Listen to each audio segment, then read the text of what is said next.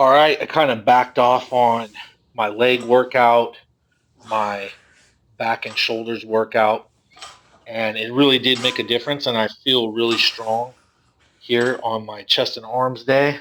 So what I'm doing is working. I'm going to keep doing it. Um, Today, I wanted to talk about the evidence of Jesus Christ, and I was thinking about this. If you see the Mona Lisa, right?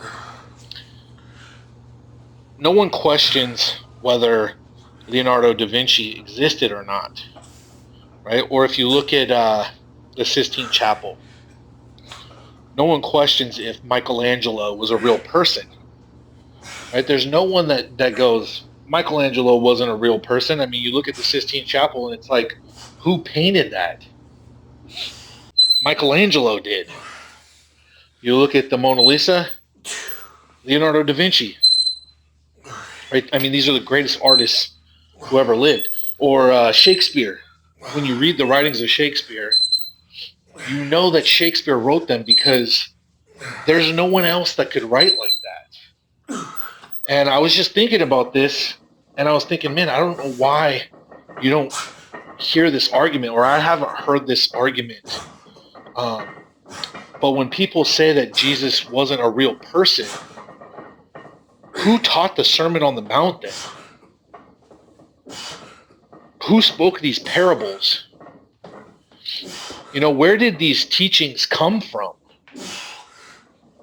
It really doesn't make any sense if you are going to argue the point that Jesus wasn't a real person and people created this story to try to control people, which is what a lot of people say and a lot of people believe. But if that were true, then who taught the Sermon on the Mount? And who spoke these parables that Jesus spoke?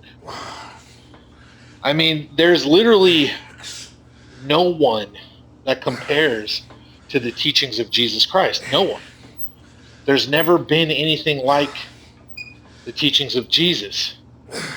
And to say that people just made it all up and then they made up these teachings so they could control people, it doesn't make any sense at all. That's like saying that people made up the Mona Lisa and the Sistine Chapel to try to control people, you know, or Shakespeare's writings.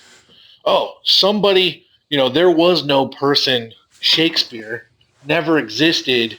Um, just people made up his writings so that they could control people or manipulate people or whatever, right? That doesn't make any sense at all because he has the greatest writings of anyone who ever lived. And Jesus had the greatest teachings of anyone who ever lived. There's literally no comparison to the teachings of Jesus. So how could you possibly say that someone just made them up? It just doesn't make sense. And it's really interesting because I haven't really heard this argument from people. And I was just thinking about it, and I was like, man, it's such a ridiculous statement. Um, because if you use those other examples, like I'm saying, you know, how could you possibly question the existence of someone like Shakespeare or Michelangelo?